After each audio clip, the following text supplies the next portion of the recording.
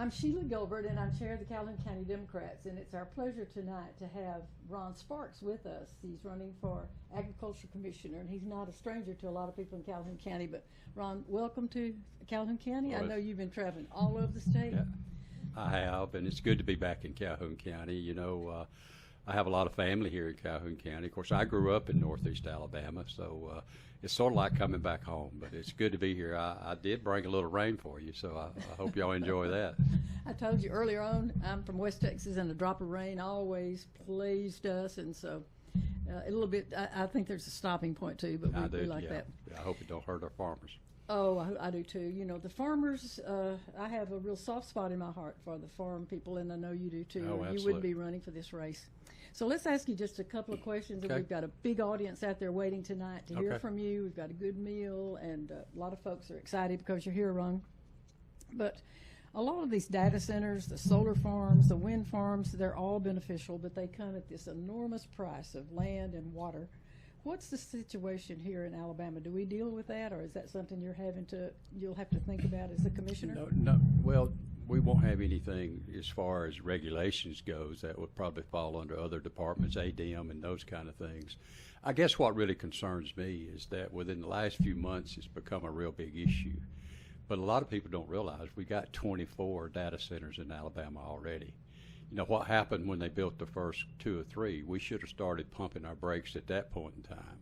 And we need to look at what the technology in China, they have like very few data centers in China, and they're leading the country in technology. So yeah, we need to pump our brakes and make sure that we don't overbuild and mistreat people that their land, and there's a lot to learn in that issue. Mm-hmm. It has been real top of the line conversation of late, but we have to be cautious, and you'll be in a real position to monitor that. Absolutely, we will. You know, one thing that I'm really proud of when they start talking about farmland, when I was Commissioner of Agriculture, I saved over 3,000 acres of farmland.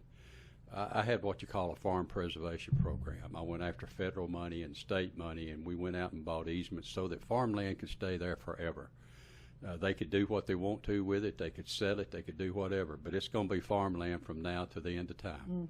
Mm-hmm. And I think that's very important. I was very aggressive on that, and we saved over 3,000 acres when I was commissioner. I remember being kind of a newcomer to Alabama, but I remember kind of watching and knowing what you were doing and liking your positions there. So I'm so glad you're back in this race. How is this campaign different from others that you've done? Is it Well, you know, when I ran the last time for Commissioner of Agriculture, I was very fortunate to win 62 out of 67 counties in the state of Alabama. Not a bad record. You know, and I know that the pendulum has swung a little bit, that Republicans have been in control now for quite a while. But my question is, have you had enough? Everything, you know, farmers are going broke right now. We're losing farms in Alabama. We don't have investigators at the department anymore. They don't check the gas stations like they should. That's why I'm back in the race. I think the people of Alabama deserve better. I wasn't looking for a job. I wasn't looking for a paycheck. I've been representing Alabama and working for the people of Alabama all my life. And I want to go back and get this department back on track and get it moving back in the right direction, help these farmers survive, and do what I can for the consumers of Alabama. Mm-hmm. That'll be so important. The corporate farmers and ranchers, you're not seeing many of those coming in trying to purchase land from Alabamians? No, I haven't. Of course, you know I'm a very strong supporter of family farms, and we're losing family farms. We've lost probably over 5,000 family farms in the last 6 or 7 years. And we got to change that. We got to do everything we can to change that. And I have a plan. We need to take the 1.5 cent sales tax off of farm equipment and put $40 million a year back in the pockets of farmers. We need an enhancement program like the state of Tennessee. They put over $300 million into farmers' pockets, helping them buy equipment, helping them buy catch pens, helping them. We don't really do a thing for farmers in Alabama when it comes to the state budget. So we need to change that. Our agriculture is our #1 industry in the state of Alabama. farmers are extremely important, and we're going to do everything we can to keep the farmers on the farm. Mm-hmm. What is the biggest cash crop in this state? I'd say chickens. Well, that'd be poultry's probably the your poultry biggest. farm, yeah. We're pretty big in cattle. We're pretty cotton, soybeans, especially up in this part of the country. Yeah. Cotton's still pretty big up in this part of the country. We still have, we still do peanuts, soybeans. Of course, there again, we've lost the soybean market because of the tariffs and things that's happened in this country. We've lost China, and I don't know that we'll ever get them back. Brazil's took it. I've been to Brazil. They don't hobby farm in Brazil. They're real farmers over there. Just we're real farmers in Alabama, but they're big farms, and they go after these markets, and they got the soybean market now. I don't know that we'll ever get it back, but we're damn sure going to try. I hope you do, and I think you will. Cattle prices. I have a brother out in West Texas, and when we talk, it is amazing when he tells us what he actually got for his cattle that he took to the sale.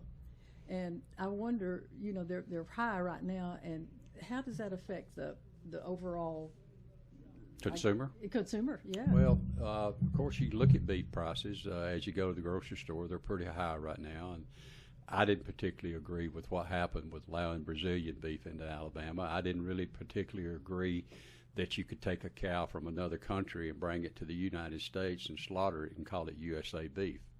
I think we need to protect our farmers. Yeah, the prices are pretty high right now, but one of the concerns that I have right now, to be honest with you, is the screwworm in Texas.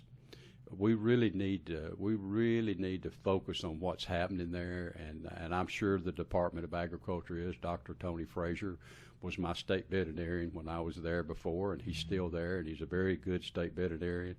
And but that's something we really need to keep an eye on to make sure that it don't affect our cattle prices. But one thing that I really support, that I'm seeing happening, we're getting more local mom and pop slaughterhouses now. When used to, we would have to ship them out of the state. We would have to ship them to a feedlot, and then your big companies would slaughter them, pack them, and put them out, and that's where the farmers were not benefiting as much. So now I'm tickled to death that the farmers got something that's working, because a lot of your farming's not working. A lot of your crops are not making money. The prices are down, the cost is up, and they're going to go out of business. Yeah. And I told folks the other day, I come out probably 2 months ago, and I said, expect your food prices to go up because of the fertilizer that's coming out of the Strait of Hormuz.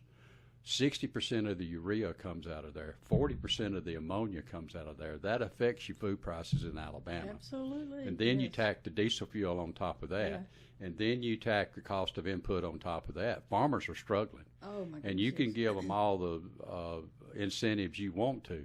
They're going to go through it pretty quick. So, I put 12 years at the Department of Agriculture. We built one of the best departments of agriculture in the history of this country. Not only that, when I came into office, Sheila, we didn't have a good diagnostic system in the state of Alabama. I built 3 brand new animal diagnostic labs. I built one at Auburn, Alabama. I built one at Boaz, and I built one at Elba.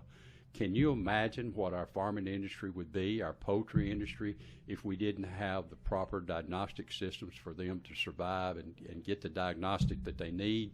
The average person don't understand that, but a farmer does. Absolutely. The poultry industry does. And we were very proactive, and we went out and built these systems, and I was glad to be a part of it. I remember sort of those things happening and how important it is.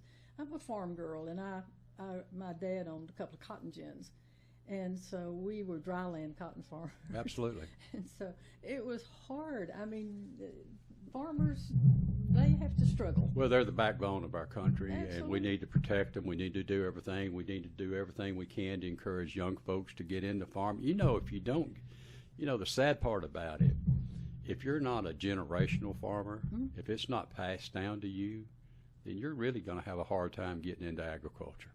And we got to find a way to make that happen. Absolutely. Equipment, just a just, John Deere tractor. Well, just an acre of land today Yeah. versus 20 or 30 years ago. Absolutely. The cost Yeah. of getting into it, Yeah.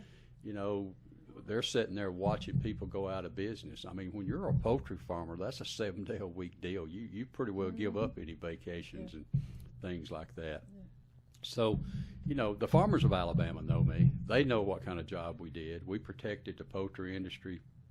We created markets for the poultry industry. We protected the cattle industry. We were very strong advocates of farmers in Alabama. But not only the department is strong for farmers, we're strong for consumers. You know, we protect the food that you eat. We made sure that food that was shipped into Alabama was safe. We went out and did sting operations on baby food, for an example, that was been outdated for 2 years. And we found out once we took it to the lab that it was basically nothing but filler, had no nutritional value, and people feeding it to their baby. Those are the kind of things that we know how to do. Yeah. You know, and I can walk in that office day one, just like I walked out 15 years ago, and I can get that department moving back in the right direction in a matter of minutes, not days. Yeah. Let's talk one more question about Okay. farmers markets. Sure. You know, those things are big deals. The metal shirt says no farmer, no food, and I always wear this when we sell our blueberries, and that's not always the case because it's kind of hard to find pickers. Sure. You know, it's not like squash and cucumbers. It takes a while to get a gallon of blueberries. Absolutely it does. But we do occasionally get there, and we get to the farmers market. But I think that's a wonderful place for people to. Do you regulate those, or is there? How do you? What's the? Well, somewhat, but we built a number of farmers markets when I was ag commissioner. I strongly support farmers markets and local farmers and locally grown food and those things. We even started Buy Alabama's Best back then. They have a new program now that I certainly support and will continue to support it. Anything that we can do to help farmers get their products to the market and sell it and make a profit, that's what we want to do. And we were very aggressive in doing that when I was commissioner before, and we will again.